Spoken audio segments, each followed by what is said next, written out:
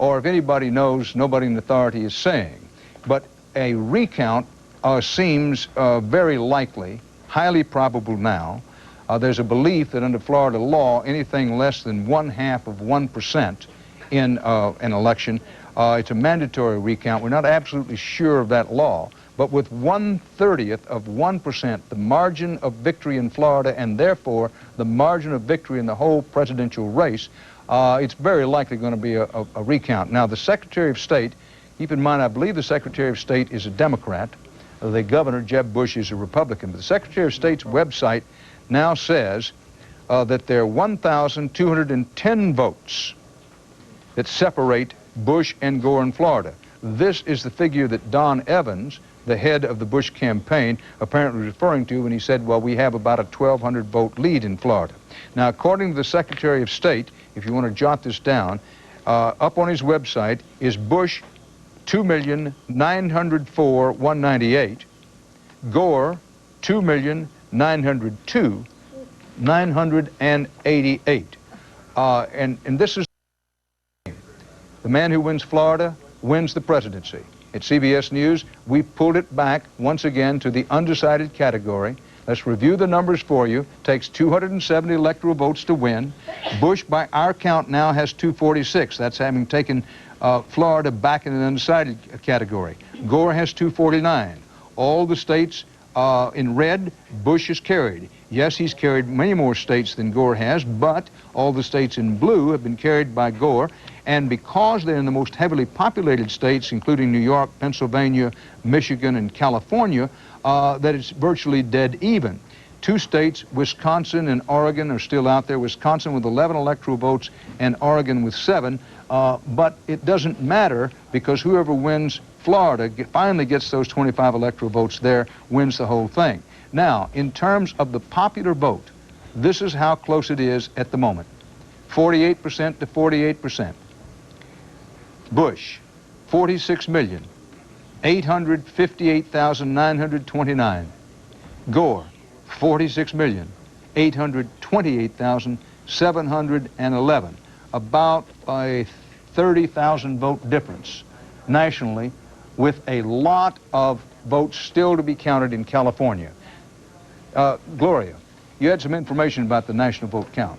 Well, Dan, here's another possible twist in all this to make a confusing night even more confusing. There are some people in the Gore campaign, and our numbers also show that it could possibly happen that because of the large margin in California, 54-42 for Gore, that when that's all tallied up, Gore might actually now prevail in the popular vote. We mentioned that earlier as a possibility, but you're now hearing it from the Bush camp that they think that however he comes out in the Electoral College vote, that Gore could wind up with the most votes nationally, given there's so many votes yet to be counted in California.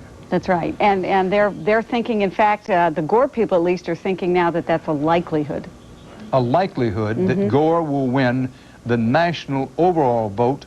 We know not how the Electoral College vote is likely to turn out because a recount is being called for in Florida and very likely going to happen. For whatever it may be worth, to give you a sense of how close it has been with the whole vote, let me take you up to Wisconsin. Yes, the whole game now revolves around Florida, but in the presidential race in Wisconsin, if we can get the numbers up, I believe there's about an 800 vote difference between these two at this point in Wisconsin. It may not matter in the final going, but it gives you an idea. It's not just close, breathtakingly, just take your breath away close in Florida. It's been close in a lot of places tonight, Wisconsin being one of them. And the Nader vote, running 4%, is the difference. Nader has 90,000 votes. If Gore got 60% of those votes, he would be carrying Wisconsin, and at the moment it's almost dead even. It's a mandate you'll measure in precincts. I mean, when you come right down to it. Well, that's a good point. When you talk about mandate, whomever wins this, Gore or Bush, you might be talking about a, what, a 0.05% mandate? Exactly. If that 4 or 5 precincts. If that much. If that much. It may get down to 4 or 5 precincts. Particularly if Gore wins the popular vote and Bush wins the electoral vote, what then is the mandate? That is really confusing. Well, there was a lot of talk in the Bush camp before this, and frankly some grumbling, saying, well, we think our man, Bush, is certainly going to prevail in the national overall vote count, and we're a little bit concerned about what some of them would call this, quote, cockamamie, unquote, electoral college business, because our man Bush could win the whole popular vote and Gore would win the electoral college vote, and that wouldn't be fair. Now, the way things are going, it could very well turn out, nobody's predicting this would happen. Listen, we've lived by the crystal ball and learned to eat so much broken glass tonight that we're in critical condition, but it could very well turn out to be that Gore wins the overall national vote, the straight up and down vote, and that Bush is the one who will win the electoral college vote. The possibilities are all out there. To repeat for emphasis, the Secretary of State of Florida's website says is about 1,200 votes, 1,210 votes different. Bush leads Gore in Florida. We're not certain how many votes remain to be counted. Ed? We should point out that there's been some discrepancy on this, but the Secretary of State, Katherine Harris, is a Republican, not a Democrat. There has been some... she is a Republican. She is a Republican. Right. All right. Byron Pitts, I think, mentioned that she was Democrat, but let me take the responsibility for that. Let's get the record straight. The Secretary of State's a Republican. The governor is not only a Republican, he's the brother of the guy who's hanging on by his fingernails at the moment. But I want to keep coming back to this. You can keep saying, whoo, it's awful close in Florida, but Bush, as of this moment, continues to lead in Florida. His lead about 1/30th of 1% out of some 6 million votes cast, but a lead is a lead is a lead, and as of this moment, Bush leads it. That's the reason that his campaign chairman, Mr. Evans, the man in the well-cut suit and the nice tie who came out there a short while ago, said we, the Bush campaign, believe we have elected the next president of the United States. But even he said that the Bush lead was down to about 1,200 votes in Florida, and with 270 needed to win, the electoral vote count at the moment, insofar as we can confirm it, is Gore 249 and Bush 246. I'm going to put up the national vote totals again for you because, you know, I wouldn't say wake up the children, but when they wake up in the morning, be sure to show them this because they're not likely to see it again in their lifetime. Who can say, but highly unlikely. And, you know, look how close this is. Need I say any more, except there are a lot of votes in California yet to be counted, and it's entirely possible that Al Gore now is going to win the national overall popularity contest, popular vote. How the Electoral College goes, we don't know. But we have to face the possibility, underscore the word, that it could be now Gore wins the national overall vote and Bush wins the Electoral College vote. Exclamation point, pause, just in case you want to think about it.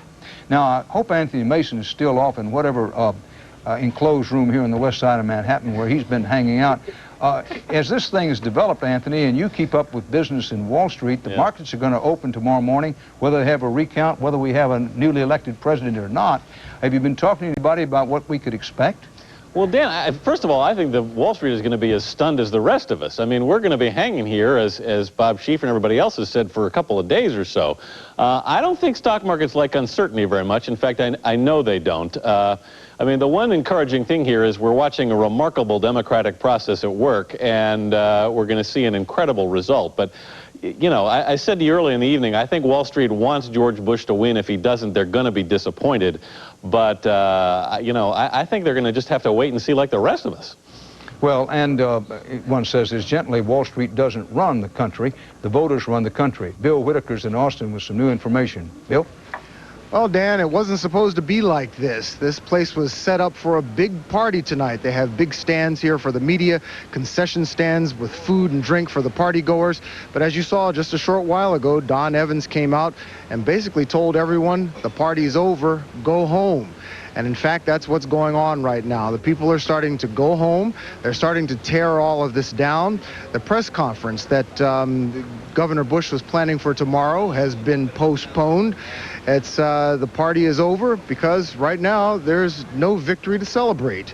Dan? Well, Bill Whitaker has no pride in saying so. I've been to a few parties like that in my life, which is to say the party suddenly gets started and seems to be going well, and then something happens and people begin to drift away, and the next thing you know, there's nobody there. This situation, unprecedented in our nation's history in many of its details, George Bush clinging to a lead at most of just over 1,200 votes in Florida, with many votes How many, we don't know, reported still uncounted. Bill Daley, who runs things for Gore, said he thought it were at least 5,000 votes uncounted. At one point about an hour ago, we thought there might be as many as 55,000 votes, including some absentee, uncounted. Here's the way it stands at this hour, as best we can make it out. With the 270 needed to win, Gore has 249, Bush has 246. The national vote is almost dead even, with a lot of votes still to be counted in California. Dan Rather at CBS News, Election Central in New York. We're going to be right back. Don't go away. If you stuck with us this long, hang in there. Who knows what will happen next?